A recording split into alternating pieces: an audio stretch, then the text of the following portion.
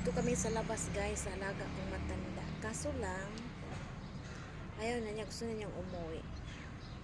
Kaya tinali ko yung wheelchair sa upuan. Para hindi niya matulak yung wheelchair sa kamay niya.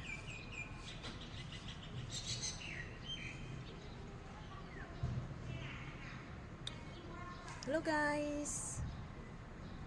Welcome to my channel. This is Ellie Style Mix Vlog guys. Long time no see. Yan alaga ko guys oh. Ayan siya. Saan ba yun?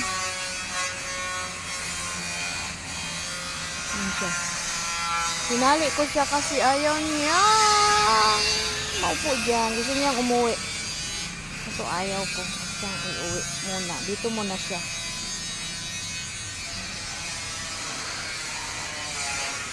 Dito kami sa may small park ng lugar namin guys. Dito. Daming lamok. Oh, tingnan nyo yung lamok.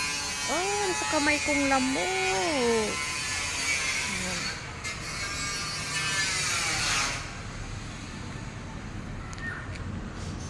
Gusto na kasi niyang umuwi. Eh, ayaw ko muna siyang pauwiin.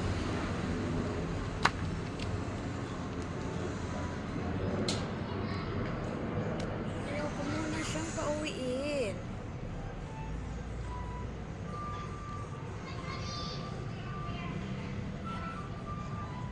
Maliit lang to na park dito. Para ano lang siya ba? Private property yata. Tapos ginawang park sa may-ari kasi may simbahan dyan sa ano. Yung Christian yata yun. Kasi yung mga father may mga ano man. Nakaukit ni Jesus Christ.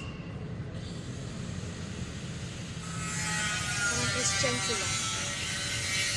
Kasi yung mga Taiwanese, iba din kasi yung mga relihiyon nila. May Christian, may Gisa, may ano, may... ayun ko, magkaiba din. Christian at ano. Kasi may ano din doon, kasi sabi nila, iba daw yung kay Mama Mary, iba din daw yung kay Jesus Christ. Na may simbahan din doon na. Iba. Mag-ano din sila, ano ganyan. Hello guys, bye bye guys kasi uwi na kami ng alaga ko guys. Bye bye.